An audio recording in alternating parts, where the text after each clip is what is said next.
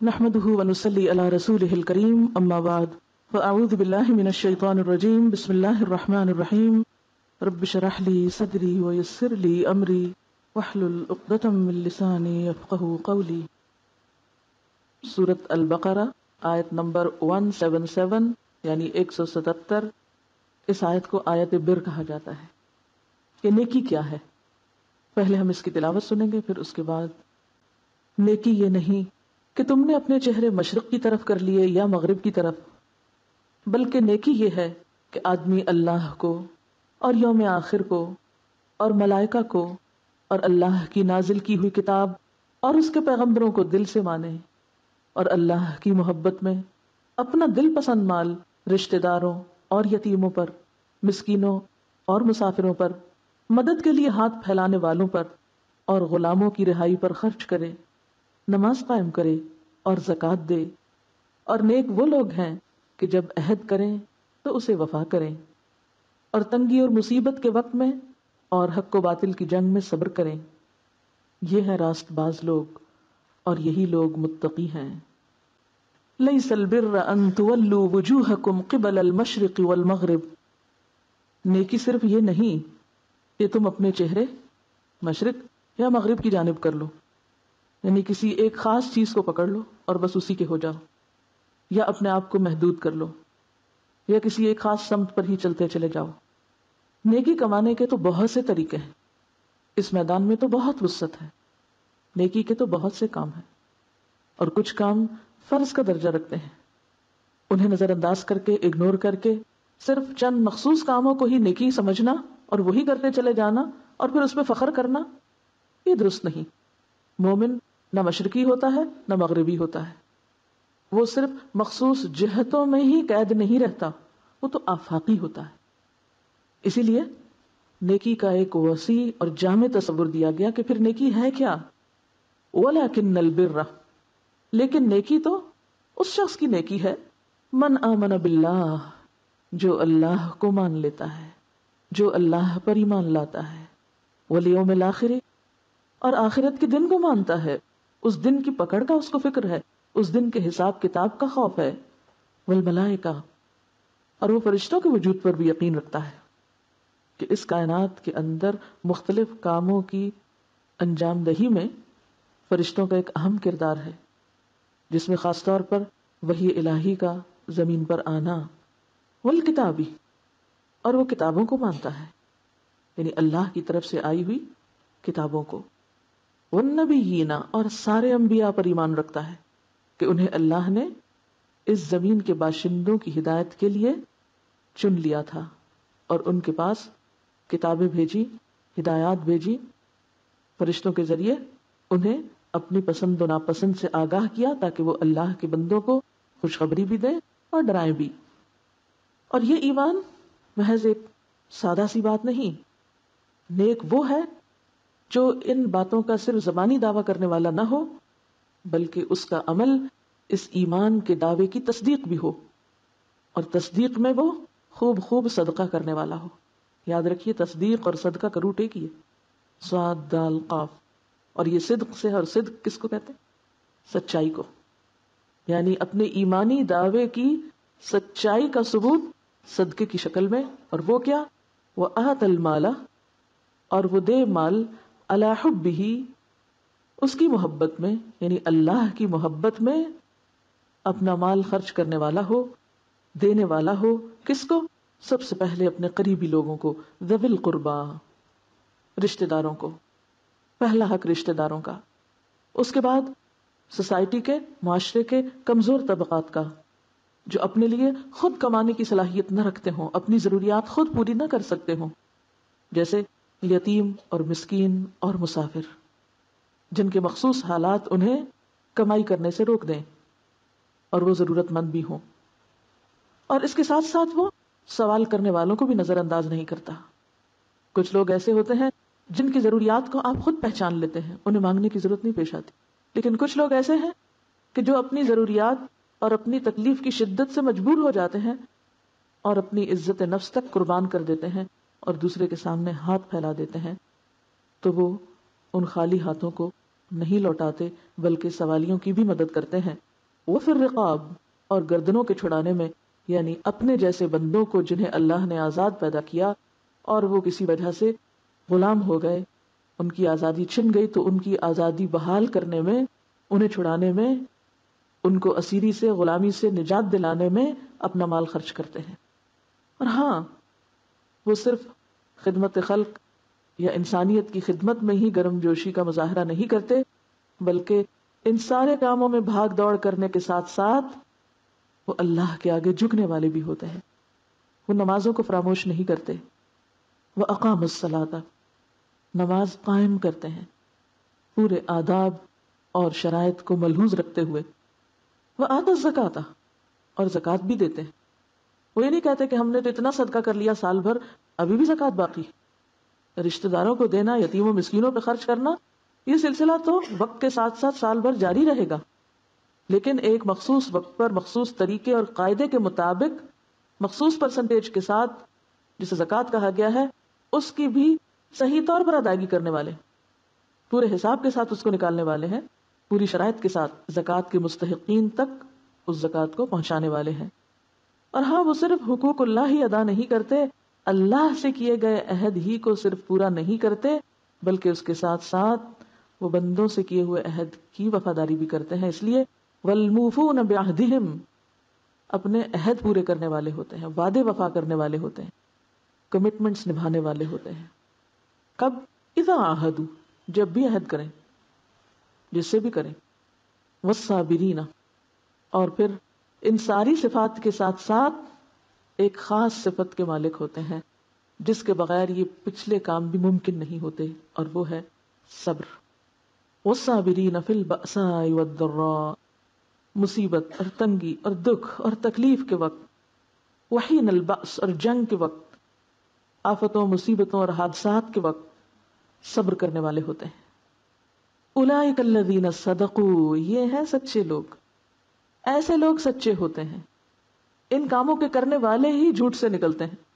وَأُولَئِكَ هُمُ الْمُتَّقُونَ، اور یہ ہوتے ہیں متقی لوگ، ان کے اندر پھر منافقت نہیں ہوتی، جو دین کو اس کی پوری جامعیت کے ساتھ لیں، اس کے سارے پہلوؤں کو لیں، ایز اے ٹوٹل لیں، ایز اے ہول لیں، جیسے کہ کہا گیا ہے یا ایھا الذین آمنوا ادخلوا فی السلم کافہ، اے لوگوں جو ایمان لائے ہو، دین میں پورے کے پورے داخل ہو جاؤ۔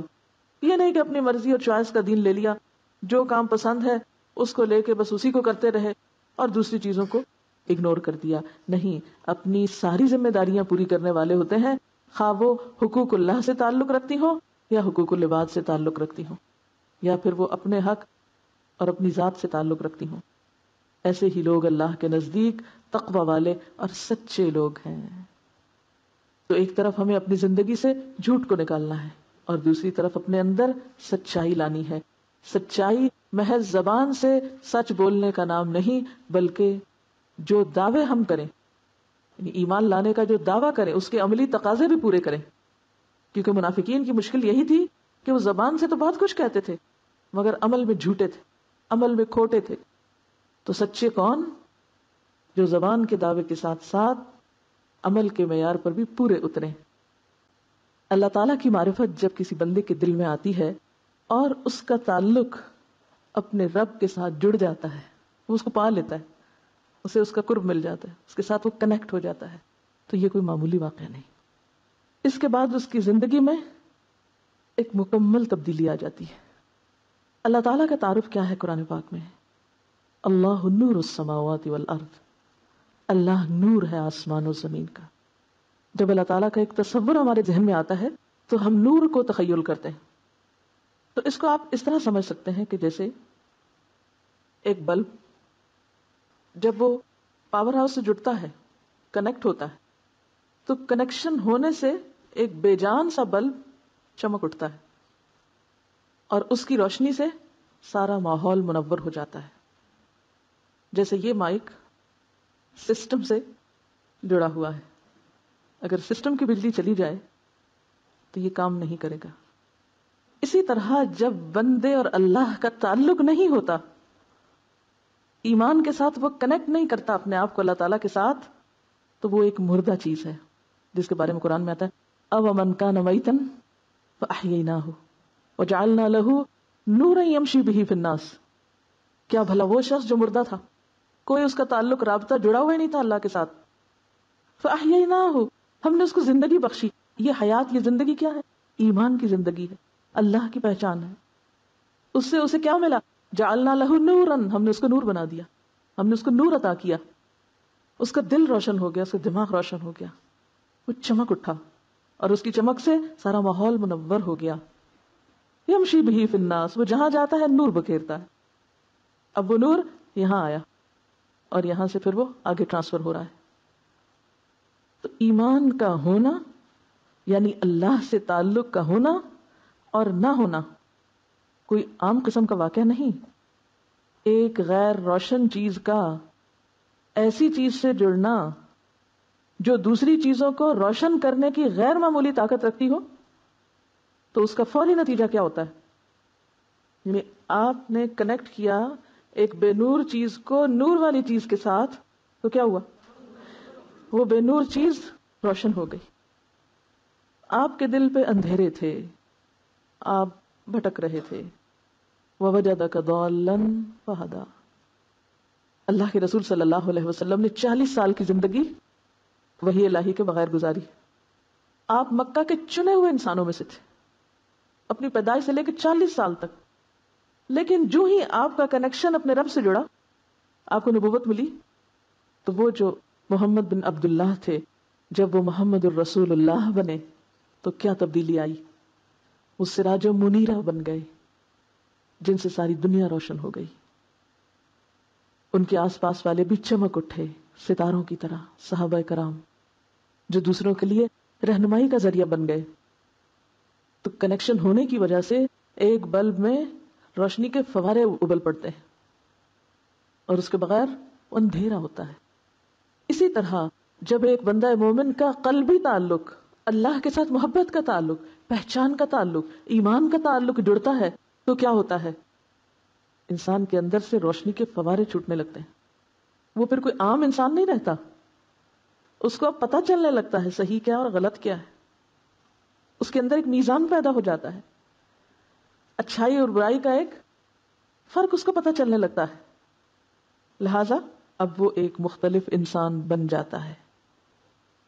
افمن شرح اللہ صدرہ للاسلام فہو علی نور من ربہ، جس کا دل اسلام کے لیے کھل جاتا ہے، جس کو اللہ کی باتیں سمجھ میں آنے لگتی، جس کی نگاہ میں عبرت آ جاتی، جو ہر چیز سے ایک سبق لینے لگتا ہے. وہ اسی آسمان کو ایک نئی نظر سے دیکھنے لگتا ہے، وہ درختوں کو ایک اور روپ میں دیکھنے لگتا ہے، وہ بادلوں کے اندر کچھ اور ڈھونڈتا ہے، وہ انسانوں کو ایک اور نظر سے اب دیکھتا ہے.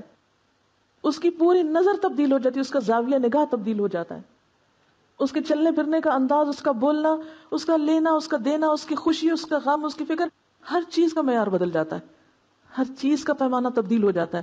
وہ اب کوئی عام انسان نہیں رہا، وہ تو ایک خاص انسان ہے، وہ تو خالق کے کائنات کے ساتھ جڑا ہوا ہے، وہ اس کا بندہ ہے، وہ اس کے آگے جھک گیا ہے. ایاک نعبد و ایاک نستعین، اب مانگتا اسی سے ہے، اس کا توکل اسی پہ ہے، اس کی خوشی، اس کا غم، اس کی عبادتیں، اس کی ہر چیز اسی کے نام ہو گئی. تو یہ ہوتا ہے ایمان. اور یوم آخرت کے بارے میں اس کا ایمان، جب اس کو پتہ چلتا ہے کہ میزان پر اس طرح نامہ اعمال تولا جائے گا کہ ایک ایک ذرہ بھی سامنے آ جائے گا، تو پھر وہ نہ اپنے اوقات ضائع کرتا ہے اور نہ اپنے آپ کو بیکار کے کاموں میں الجھنے دیتا ہے. وہ فضول دلچسپیوں سے باہر نکل آتا ہے، وہ اب ایک کارآمد انسان ہو جاتا ہے، اور اب اس کا تعلق ملائکہ کے ساتھ جڑ جاتا ہے. وہ ملائکہ کا بھی نور نظر ہو جاتا ہے، ملائکہ اس کے مددگار بن جاتے ہیں. ان الذین قالوا ربنا اللہ، یقیناً وہ لوگ جنہوں نے کہا اللہ ہمارا رب ہے، تتنزل علیہم الملائکہ، انہیں فرشتوں کی دوستی نصیب ہو جاتی ہے. اللہ تخافوا ولا تحزن، اب ان کے خوف اور غم کے معیار بدل جاتے ہیں. وابشروا بالجنۃ التی کنتم توعدون، خوشخبری پاؤ اس جنت کی جس کا تم سے وعدہ کیا جاتا ہے. نحن اولیاؤکم فی الحیات الدنیا، ہم تمہارے دوست ہیں دنیا کی زندگی میں، وفی الآخرہ، آخرت میں بھی. اب ہم تم کو نہیں چھوڑیں گے. وہ پھر تنہا نہیں رہتا.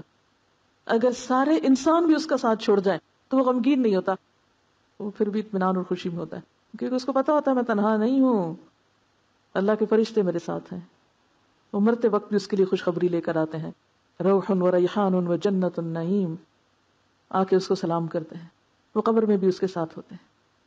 وہ حشر کے دن سو کے اٹھے گا تو وہ آ لیں گے، اس کو ویلکم کریں گے، اس کے مددگار بن جائیں گے، اور ہر ہر مرحلے پر اس کے ساتھ ہوں گے. وہ جنت میں پہنچے گا تو اس کا استقبال کرنے کے لیے موجود ہوں گے. تو فرشتوں پر ایمان کوئی معمولی بات نہیں ہے. وہ انسان کی سوچ کا زاویہ بدل دیتا ہے. ایسا شخص کہیں نہیں تنہا ہوتا، کبھی تنہا نہیں ہوتا. دنیا کے عام واقعات سے اس کو غم اور خوف لاحق نہیں ہوتا. والکتاب، اس کا ایمان کتاب پر ہوتا ہے. اور کتاب کے ساتھ ایمان کیا معنی رکھتا ہے؟ کتاب سے تعلق. والذین یمسکون بالکتاب، اب وہ کتاب سے الگ نہیں رہ سکتا. اب یہ کتاب اس کی زندگی کی ساتھی ہو گئی، کیونکہ اس کا اس پر ایمان ہے. وہ ہر معاملے میں اس کو رہنما مانتا ہے. میرا ایمان ہے اس کتاب پر، یہ جو کچھ کہتی ہے سچ ہے، لا ریب فیہ، کوئی شک نہیں اس میں. پھر وہ جہالت کے اندھیروں میں ڈبکیاں نہیں کھاتا، وہ ادھر ادھر ٹامک ٹوئیاں نہیں مارتا، وہ بھٹکتا نہیں ہے. اس کے پاس کتاب ہے. ذالک الکتاب لا ریب فیہ ھدی للمتقین، ہر معاملے میں رہنمائی دیتی ہے اس کو یہ کتاب. اس کا کتاب سے کنیکشن جڑا ہوا ہے. وہ کتاب اس کے سینے میں بھی ہے، اس کی زبان پر بھی ہے، اور وہ سراپا کتاب ہے. کانا خلقہ القرآن کی صفت اپنے اندر لانے کی کوشش کرتا ہے. وہ چلتا پھرتا قرآن نظر آنے لگتا ہے. والنبیین، اور وہ سارے انبیاء کو مانتا ہے. اب اس کا آئیڈیل، اس کے لیے رہنمائی اللہ کے چنے ہوئے بندوں میں سے آتی، ان بندوں میں نہیں جنہیں لوگ چنتے ہیں یا جو لوگوں کے ہیرو ہوتے ہیں. نہیں، اس کا معیار اور اس کے آئیڈیل کچھ اور ہوتے ہیں. والنبیین، ان پر وہ ایمان لاتا ہے. اصل پسندیدہ لوگ اللہ کے بندے یہی تھے، مجھے انہی کے طریقوں کی پیروی کرنی ہے. اب مال جو انسان کی محبوب ترین چیز ہے، وَتُحِبُّونَ الْمَالَ حُبًّا جَمًّا، چمڑی جائے مگر دمڑی نہ جائے، اتنی شدید محبت. حُبًّا جَمًّا وَإِنَّهُ لِحُبِّ الْخَيْرِ لَشَدِيدٌ، وہ جو مال کی محبت میں بڑا ہی شدید ہے، بڑا سخت ہے. اب اس کی محبتوں کا مرکز تو کوئی اور ہو گیا، لہذا مال سے محبت خود بخود کم ہو گئی. اب وہ اس مال کو، اس چھوٹی چیز کی محبت کو بڑی محبت میں خرچ کرنے والا ہے. وہ اصل محبت پانے کے لیے ان محبتوں کو قربان کرنے والا ہے. وہ ابراہیم علیہ السلام کی طرح محبوب ترین بیٹے کے گلے پر چھری رکھنے کے قابل ہو گیا ہے. وہ ہر محبوب ترین چیز کو چھوڑنے کے قابل ہو گیا ہے، اپنے رب سے جڑنے کی خاطر. اپنے رب کے قریب ہونے کے لیے وہ ہر محبوب چیز کو ایک طرف رکھ سکتا ہے، کیونکہ اسے اپنے رب کو پانے کی تڑپ لگ گئی، وہ اس سے جڑ گیا ہے. لیکن یہ محبت بھی اس کو ہوش میں رکھتی ہے. اب مال خرچ کرنے لگتا ہے تو اسے ضائع نہیں کرتا، اسے حقداروں کو دیتا ہے، حق والوں کے پاس حق رکھتا ہے. ذوی القربا، قرابت والے، ان سے آغاز کرتا ہے. والیتامی، وہ نابالغ بچے، وہ معصوم بچے جن کے سر سے باپ کا سایہ اٹھ گیا، جن کا کوئی کمانے والا نہیں رہا، وہ ان کے لیے بھی تڑپتا ہے، خواہ وہ اس کے رشتہ دار نہ بھی ہوں. اب وہ کوئی بے حس انسان تھوڑی ہوگا جو صرف اپنی ذات پہ خرچ کرتا چلا جائے گا اور صرف اپنی ہی عیش و عشرت کو سامنے رکھے گا، اپنے سے شروع ہو کے اپنے پر ہی اختتام ہو اس کے مال کی خرچ کرنے کا. نہیں، اب اس کو کوئی لمبی چھوٹی انسٹرکشنز اور ہدایات کی بھی ضرورت نہیں. وہ خود آنکھیں کھول رہا ہے، کیونکہ وہ تو چمک رہا ہے نا، اس کو تو آگہی ہوگی، اس کو تو شعور آ گیا. وہ تو دور سے دیکھ لیتا ہے کہ ضرورت مند کون ہے، کہاں کس کس چیز کی ضرورت ہے، وہ خود پہچان جاتا ہے. لہٰذا وہ خرچ کرتا ہے، وہ دیتا ہے اپنے مال کو رشتہ داروں کے بعد یتیموں کو، مسکینوں کو، حاجت مندوں کو، ضرورت مندوں کو، جو مانگے یا نہ مانگے. کیونکہ مسکین وہ نہیں ہوتا کہ جو لوگوں کے آگے ہاتھ پھیلاتا پھرے اور کوئی لقمہ دے اور کوئی دو لقمے دے. وہ تو ایسا مسکین ہے. مسکین کا لفظ سین کاف نون سے، سکنا کا مطلب ہوتا ہے ٹھہر جانا، یعنی اس کی تو موومنٹ ہی ختم ہو گئی، اس کا تو کانفیڈنس ہی ختم ہوتا جا رہا ہے، اس کی زندگی سے تو خوشی اور حرارت ہی ختم ہوتی چلی جا رہی. وہ تو خود کچھ کرنے کے قابل نہیں ہے، وہ مسکین ہے. وہ ابن السبیل، اور وہ صرف اپنے رشتہ داروں اور پہچان والوں اور مصیبت زدوں پر ہی خرچ نہیں کرتا، بلکہ وہ تو اجنبیوں پر بھی خرچ کرتا ہے جس سے اس کا کوئی مفاد نہیں ہوتا، اور وہ ہے مسافر. کیونکہ رشتہ داروں سے تو انسان کو پلٹ کے بھی فائدہ ہو جاتا ہے نا، اور کچھ نہیں تو تعریف ہی مل جاتی. یا اس ڈر سے انسان خرچ کرتا، نہ دیا تو کیا کہیں گے یہ اپنے رشتہ داروں کو نہیں دیتا. یتیموں مسکینوں کو بھی دیکھ کے انسان کو یہ خیال آتا ہے اچھا یتیم ہے، مسکین ہے، دے ڈالتا ہے. لیکن بعض اوقات انسان اتنا خود غرض ہوتا ہے کہ جس کو وہ پہچانتا نہیں یا جس سے اس کے کوئی ذاتی روابط اور مراسم نہیں، وہ مسافر اجنبی ہے تو اس سے نظر پھیر لیتا ہے، یہ میرا کیا بگاڑے گا، یہ تو آیا ہے چلا جائے گا، اس نے مجھے کیا کہنا ہے۔ نہیں، وہ ہر ایک کو دیتا ہے جہاں بھی ضرورت سمجھتا ہے، والسائلین، اور سوال کرنے والوں کو بھی، وَأَمَّا السَّائِلَ فَلَا تَنْهَرْ، سوالیوں کو ڈانٹتا نہیں، جھڑکتا نہیں، ان کے ساتھ بدتمیزی سے معاملہ نہیں کرتا۔ وَفِي الرِّقَابِ، اور اس کی نظر اتنی دور تک جاتی ہے کہ وہ لوگ جو جیلوں میں پڑے ہوئے ہیں، وہ لوگ جو غلامی کے پھندے میں پھنسے ہوئے ہیں، جو باہر نکل کے احتجاج بھی نہیں کر سکتے، وہ باہر نکل کے اپنی ضرورت خود بتا بھی نہیں سکتے، اس کی نظر تو آہنی دیواروں اور دروازوں کے پیچھے بند غلامی میں قید میں جکڑے ہوئے لوگوں تک بھی جاتی ہے کہ وہ جو دور ہے جس نے اپنی ضرورت آ کے بتائی بھی نہیں، اس تک بھی مجھے جانا ہے۔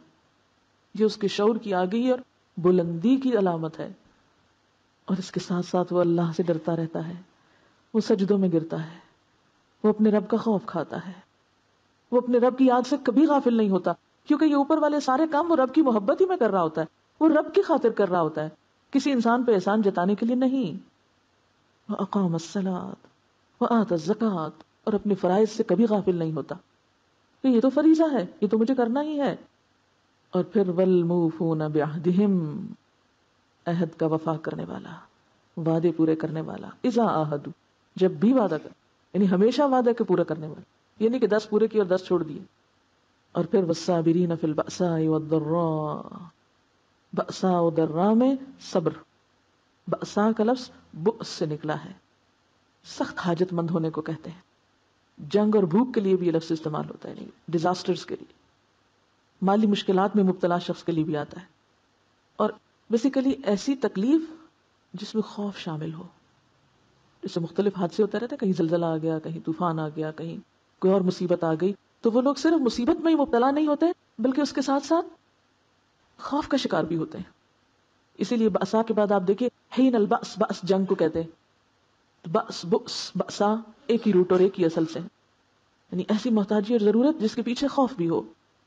والضراء، تکلیف، بدحالی، جان و مال، اولاد کا نقصان، قحط، یعنی ظاہری تکلیفیں جو دوسروں کو نظر آ رہی ہوں، ضراء، ان سب مشکلات میں وہ صبر سے کام لیتا ہے، یعنی ایک طرف وہ دوسروں کو دینے والا ہوتا ہے اور دوسری طرف اگر خود اس پہ مصیبت آ جائے تو وہ حوصلے سے کام لیتا ہے، صبر سے کام لیتا ہے۔ وحین البأس، اور جنگ کے وقت بھی وہ ہمت اور حوصلے سے رہتا ہے، چھوٹی چھوٹی باتوں پہ پینک نہیں ہو جاتا، بزدلی نہیں دکھاتا، بڑے دل والا، بڑے حوصلے والا، صبر والا۔ اولئک الذین صدقوا، یہ ہیں سچے لوگ۔ تم سمجھ تو سچائی صرف زبان سے سچ بولنے کا نام ہے؟ سچائی تو عمل کی سچائی ہے، سچائی تو ایمان کی تصدیق کا نام ہے۔ سب سے پہلے وہ اپنے رب کے ساتھ سچا ہوتا ہے جس پر وہ ایمان لاتا ہے، اسی لیے پھر ایسے لوگ مومن ہوتے ہیں اور متقی۔ وَأُولَئِكَ هُمُ الْمُتَّقُونَ، اور یہی متقی ہوتے ہیں۔ تو گویا نیکی صرف ایک کام یا دوسرا کام کر لینے کا نام نہیں، نیکی کمانے کے تو بہت سے طریقے ہیں اور بہت سے ذریعے اور بہت سے راستے، ملٹی ڈائمینشنل۔ جو سچا ہو جاتا ہے اس کے لیے نیکی کمانے کے مواقع کی کمی نہیں ہوا کرتی، اگر ایک چانس مس ہو جاتا ہے تو دوسرے چانس سے فائدہ اٹھاتا ہے۔ لیکن یہ سب کچھ وہی کر سکتا ہے جو ایک کمیٹڈ انسان ہوتا ہے، جو عہد کا پابند ہوتا ہے، والموفون بعہدہم، جس کے اندر اپنے دین کے ساتھ ایک کمٹمنٹ ہوتی ہے، اپنے رب کے ساتھ ایک کمٹمنٹ ہوتی ہے، کیونکہ سب سے پہلا عہد کیا ہے؟ لا الہ الا اللہ، ایمان کا اظہار بذات خود ایک عہد ہے۔ تو جب وہ عہد کر لیتے ہیں کہ ہم نے اللہ کو اپنا رب مان لیا، اسی پہ ہمارا بھروسہ، تو پھر کیا ہوتا ہے؟ وہ فوراً اس کے مطابق اپنے عمل کو بدلنے لگتے ہیں، اور نہ صرف یہ کہ اللہ کے ساتھ کیے ہوئے عہد کو بلکہ بندوں کے ساتھ کیے ہوئے عہد کو بھی پورا کرتے ہیں۔ اور یاد رکھیے کہ کسی کے ساتھ بھی عہد کرنا کوئی معمولی بات نہیں ہے، اس کو آپ ایک مثال سے سمجھ سکتے ہیں۔ مثلاً عہد کرنا کیا ہے؟ کسی کو قول دینا، اپنی بات دینا دوسرے کو۔ بات کیا؟ کہ میں یہ کام کروں گا۔ یہ ایسا ہی ہے جیسے آپ کسی کو ایک چیک لکھ کر دیتے ہیں کہ یہ لے جاؤ 10,000 کا چیک، اسے کیش کرا لو میرے اکاؤنٹ سے۔ وہ شخص لے جاتا ہے اور جا کر جب وہ بینک کو دیتا ہے کہ یہ مجھے نکال دیں تو وہاں کچھ ہوتا ہی نہیں. ایسے شخص نے کیا کیا؟ دوسرے کے ساتھ دھوکا کیا. قول دے کے پھر گیا اس سے. کیش کرانے کی باری آئی تو وہاں تھا ہی کچھ نہیں. کہا میں فلان جگہ ملوں گا تمہیں. وہ گیا وہاں اس سے ملنے, وہاں وہ ہے ہی نہیں. تو یہ ایسے ہی ہے جیسے بینک میں پیسے نکلے ہی نہیں. وہ لکھا ہوا کاغذ تو دیا لیکن آگے سے نکلے ہی کچھ نہیں. وعدہ کر لیا, جب وہاں پہنچے تو کچھ ملا ہی نہیں, خالی. تو عہد کا خلاف ورز انسان کیا ہے؟ قول سے پھرنے والا. چاہے وہ قول اللہ کو دیا ہو کہ اللہ میں تیری عبادت کرتا ہوں یا کروں گا, ایاک نعبد, یا پھر کسی بندے کے ساتھ اس نے کوئی وعدہ کیا ہو. تو ایسا ہی ہے جیسے کوئی کسی کو بس کاغذی چیک دے دے, لیکن جب رقم لینے کا وقت آئے تو ادائیگی سے انکار کر دے. ایسا تجربہ کسی بھی انسان کی زندگی میں تلخ ترین تجربہ ہوتا ہے. اس کو بہت بٹر بنا دیتا ہے کہ یہ کیسا انسان ہے, اس نے میرے ساتھ کتنا بڑا دھوکا کیا, اس نے میرا وقت ضائع کیا, اس نے مجھے ڈیگریڈ کیا, بے عزت کیا, کوئی اہمیت ہی نہیں دی میری بات کو یا میرے وقت کو یا میری زندگی کو یا میری محنت کو. تو عہد کی جو خلاف ورزی ہے یا کمٹمنٹ نہ نبھانا ہے, اس کے پیچھے بہت سارے مفاسد ہیں, بہت سی خرابیاں ہیں, ایک نہیں کئی ایک. اور اس میں بعض کمٹمنٹس کو توڑنا تو صرف کسی ایک انسان کو نقصان دینا نہیں, بہت ساروں کو نقصان دینا ہے. اور ایسے بہت سے مواقع آپ اپنی زندگی میں دیکھ سکتے ہیں کہ جہاں عہد کی خلاف ورزی ہم دن رات کرتے ہیں. اور یاد رکھیے, عہد کی خلاف ورزی بھی منافقت کی علامت ہے. آپ صلی اللہ علیہ وسلم نے منافق کی جتنی نشانیاں بتائیں ان میں اذا عہد غدر, کہ جب وہ وعدہ کرے تو دھوکہ دے جائے, خلاف ورزی کرے. یاد رکھیں کہ جب دو بندے آپس میں کوئی کمٹمنٹ کر رہے ہوتے ہیں تو ان کے درمیان تیسرا خدا ہوتا ہے جو گواہ کی حیثیت میں ہوتا ہے. اگر میں نے کہا کہ میں آپ کو یہ دوں گی اور پھر نہیں دیا تو کیا کیا؟ قول کی خلاف ورزی تو ہوئی, لیکن اس کے ساتھ ساتھ اللہ تعالیٰ کی جو گواہی تھی وہ بھی لکھی گئی. اللہ کے یہاں لکھے گئے کہ اس شخص نے کہا تھا اور پھر کیا نہیں, الا یہ کہ دوسرا شخص پہلے سے معذرت کر لے کہ ہاں میں نے یہ کہا تھا, میں اپنا لفظ واپس لیتا ہوں کیونکہ میں یہ کرنے کے قابل نہیں ہوں, تاکہ دوسرا شخص اس انتظار میں نہ رہے, دوسرے شخص کو تکلیف نہ ہو. لیکن خواہ کوئی اللہ کو گواہ بنائے یا نہ بنائے, آٹومیٹیکلی قرآن پاک میں آتا نہیں کہ تم دو ہوتے ہو, تیسرا وہ ہوتا ہے. تم دو آپس میں سرگوشی کر رہے ہوتے ہو, ما یکون من نجوی ثلاثۃ الا هو رابعهم, تم تین لوگ سرگوشی کر رہے تو چوتھا وہ ہوتا ہے, وہ خود ہی ہوتا ہے وہاں, کیونکہ وہ دیکھتا ہے اعمال کو اور اس نے حساب لینا ہے, اسے پوچھنا ہے.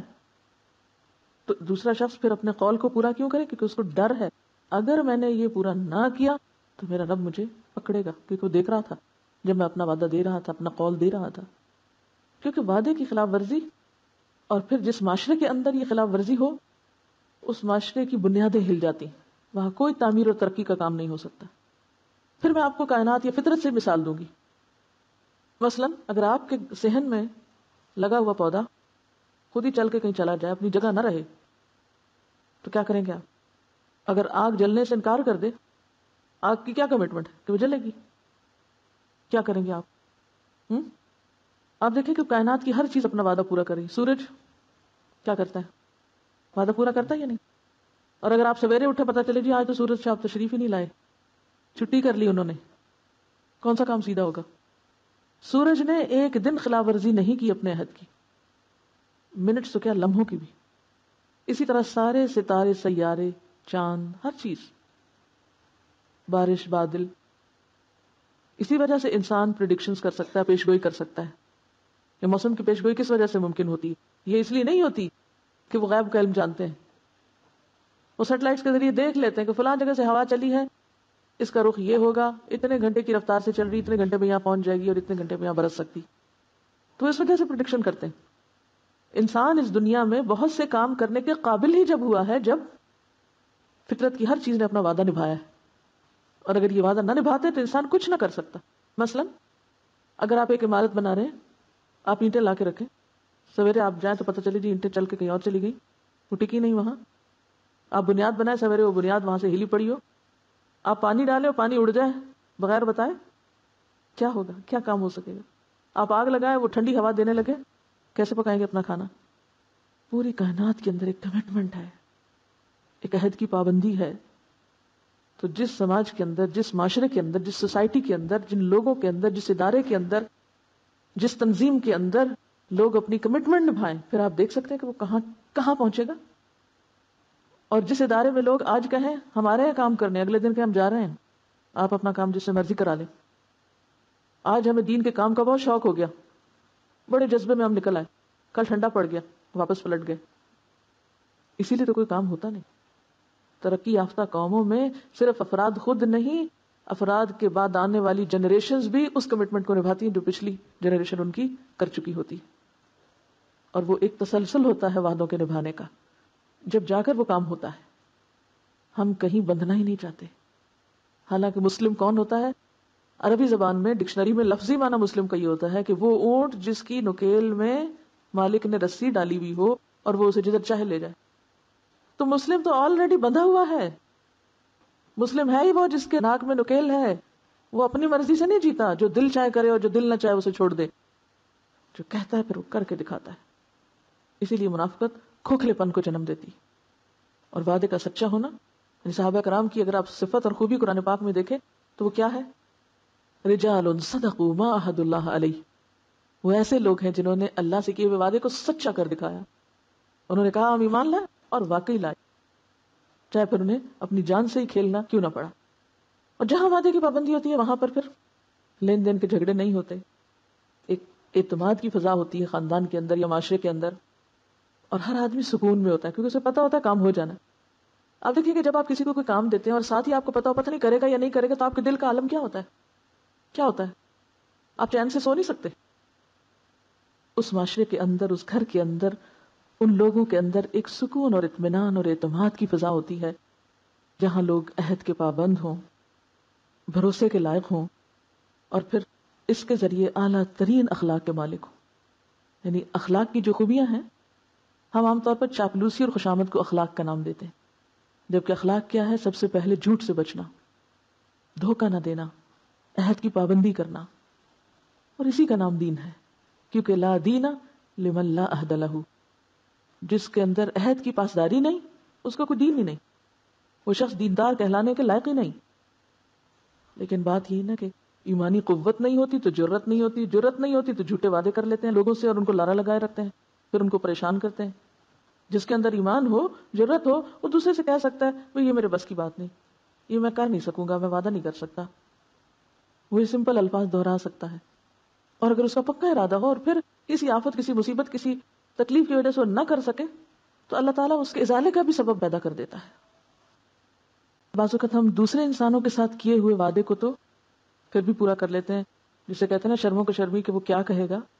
لیکن عموماً اپنے ساتھ جو وعدے کرتے ہیں، صرف اپنے ساتھ، کہ میں ایسا کروں گی یا نہیں کروں گی یا مجھے یہ کام کرنا ہے، ان کو خود ہی کرتے ہیں، خود ہی توڑتے ہیں. تو جو شخص سیلف کمیٹڈ نہیں ہوتا، اپنے ساتھ کیے ہوئے عزم ارادے کو پورا نہیں کرتا، وہ دوسروں کے ساتھ بھی نہیں کر سکتا. اور جو اپنے ساتھ نہ کر سکے، بندوں کے ساتھ نہ کر سکے، تو وہ رب کے ساتھ کیسے کر سکتا ہے؟ تو بہت بڑی بات ہو جاتی ہے. صبر کے بغیر ان میں سے کوئی ایک کام بھی نہیں ہو سکتا. نہ عہد کی پابندی ہو سکتی ہے، نہ سچائی پہ قائم رہ سکتے ہیں، نہ جھوٹ چھٹ سکتا ہے، نہ کوئی کمٹمنٹ نبھائی جا سکتی. تو صبر ہی وہ کنجی ہے، صبر ہی وہ کی ہے کہ جس کے آنے پر آپ باقی سب کچھ کرنے کے قابل ہوں گے. ڈائریکشن کا تعین اپنی جگہ ضروری ہے، لیکن اس کا مطلب یہ ہے کہ جتنی احتیاط، اس کو دوسری طرح لیجیے، کیونکہ عام طور پر ہم استدلال غلط کر لیتے ہیں کہ چونکہ آیت میں آیا کہ تقوی یہ نہیں یا نیکی یہ نہیں کہ مشرق یا مغرب کی طرف وہ کرو، تو اس کا مطلب یہ نہیں لینا ہم نے کہ ہم قبلے کے تعین میں کوشش نہ کریں. یہ اس کا مفہوم نہیں ہوگا کہ جدھر وہ جی چاہے نماز پڑھ لیں. یہ اس کانٹیکس میں آیت نہیں اتری. اس کا مطلب یہ ہے کہ جتنی احتیاط اور جتنی کوشش ہم قبلے کا رخ معلوم کرنے میں صرف کرتے ہیں، اتنی ہی کوشش ہمیں نیکی کے اور کاموں کے لیے بھی کرنی چاہیے. آپ دیکھیے ایک نفسیاتی اثر کیا ہوتا ہے جب ہمیں یہ پتا چل جائے کہ جس طرف ہم نے رک کر کے نماز پڑھی تھی وہ رخ صحیح نہیں تھا، تو ہماری کیفیت کیا ہوتی ہے؟ بے چینی ہوتی کبھی بے چینی؟ کیا اگر آپ کو یہ پتا چلے جب کہ آپ نے صحیح رخ کی طرف منہ کر کے نماز نہیں پڑھی تو پڑھنے کے بعد آپ کی کیفیت کیا ہوگی نا؟ یہ بے چینی کس وجہ سے ہے کہ آپ کے اندر ایک احساس جاگتا ہے، ایک ذمہ داری کا احساس کہ مجھے اپنے فرائض کو صحیح طور پہ ادا کرنا ہے. یہ احساس ذمہ داری اگر قبلہ کے رخ کے تعین کے وقت ہے تو جب نیکی کے دوسرے مواقع ہمارے سامنے آتے ہیں تو ہم اس وقت بے حس کیوں ہو جاتے ہیں؟ ان مواقع کو کھو کر ہمارے اندر بے چینی کیوں نہیں اٹھتی؟ جتنے مواقع یہاں بتائے گئے ہیں، یعنی اگر اللہ تعالیٰ سے تعلق کم ہو جائے یا آخرت کی یاد دل سے نکل جائے یا پھر باقی ایمان کے باقی تقاضے جو ہیں اس میں کچھ کوتاہی ہو یا پھر مال دینا رشتہ داروں، یتیموں، مسکینوں، مسافروں، سوالیوں کو، اگر ان میں سے نیکی کا کوئی موقع ہمارے سامنے آیا اور ہم نے اس کو اویل ہی نہیں کیا، اگنور کر دیا، نظر انداز کر دیا، یا پھر وعدہ خلافی کر لی، یا پھر صبر سے کام نہیں لیا، بے صبری کر لی، جلد بازی اور جذباتیت کا ثبوت دیا، تو اس کے بعد کیا ہمارے اندر ویسی ہی کیفیت جاگتی ہے جیسی کیفیت بے چینی کی قبلے کے رخ کے تعین نہ ہونے پر نماز پڑھنے کے موقع پر؟ عام طور پہ ایسا نہیں ہوتا نا. بہت سے نیکی کے مواقع ہمارے سامنے آتے ہیں، ہمیں پتہ ہی نہیں ہوتا، یا پتہ ہوتا بھی ہے تو ہم کچھ نہ کچھ تعویل کر کے اپنے آپ کو مطمئن کر لیتے ہیں، اور نیکی کا موقع یا چانس جانے پر تڑپ نہیں اٹھتے جتنی تڑپ ہمیں غلط رخ پہ نماز پڑھ کے ہوتی، کیونکہ ہم ریچولز کی تو خوب پابندی کرنا جانتے ہیں، لیکن نیکی کے بے شمار مواقع ہمارے دائیں بائیں آگے پیچھے بکھرے پھیلے ہوئے ہیں، وہ ہمیں نظر ہی نہیں آتے. قبلے کا رخ اگر ذرا ادھر سے ادھر ہو جائے نا تو لوگ چلا اٹھتے ہیں، ادھر منہ کر لو ادھر منہ کر لو. بہت اچھا کرتے ہیں وہ، اپنے تقویٰ کی احتیاط کی وجہ سے کہتے ہیں نہیں بھائی تم صحیح نہیں پڑھ رہے، فوراً نماز میں ہمارے کندھے پکڑ کے موڑنا شروع کر دیں گے، کوئی نہیں بخشے گا ہمیں. لیکن نیکی کے مواقع ضائع ہوتے چلے جاتے ہیں ایک کے بعد ایک، کوئی نہیں کندھے پکڑ کے کہتا دیکھو یہ بھی کرنے کا ہی کرو، یا ہمارے ضمیر کو جگانے کا کوئی موقع نہیں ہوتا. کتنی ہی چھوٹی چھوٹی نیکیاں بہت ساری ہمارے دائیں بائیں ہیں، لیکن ہم نہ کر کے مطمئن پھرتے ہیں. یہ کہتے ہیں کہ اس آیت کو پڑھ کر میرے اندر ایک ایسے مسلمان کا نقشہ ابھرا کہ جو ہم وقت اور ہر طرف نیکی کے مواقع اپنے سامنے پاتا ہے اور اس سے فائدہ اٹھاتا ہے. وہ صرف کسی مشرق یا مغرب میں جم جڑ کے نہیں بٹ جاتا. نیکی کا تصور دیتے ہوئے سب سے پہلے ایمان کی بات کی گئی، کیونکہ ایمان پر ہی انحصار ہے نیک کاموں کا. اور اگر ہم نیکیاں نہیں کر پاتے تو اس کی بنیادی وجہ یہی کہ ہمارا ایمان کمزور ہے. اور ایمان کیا ہے؟ کیا ہے ایمان؟ پا لینا، پہچان جانا، ڈھونڈ لینا، اللہ تعالی کے ساتھ تعلق جوڑ دینا کہ کہیں بھی ہیں اسی سے جڑے ہوئے ہیں.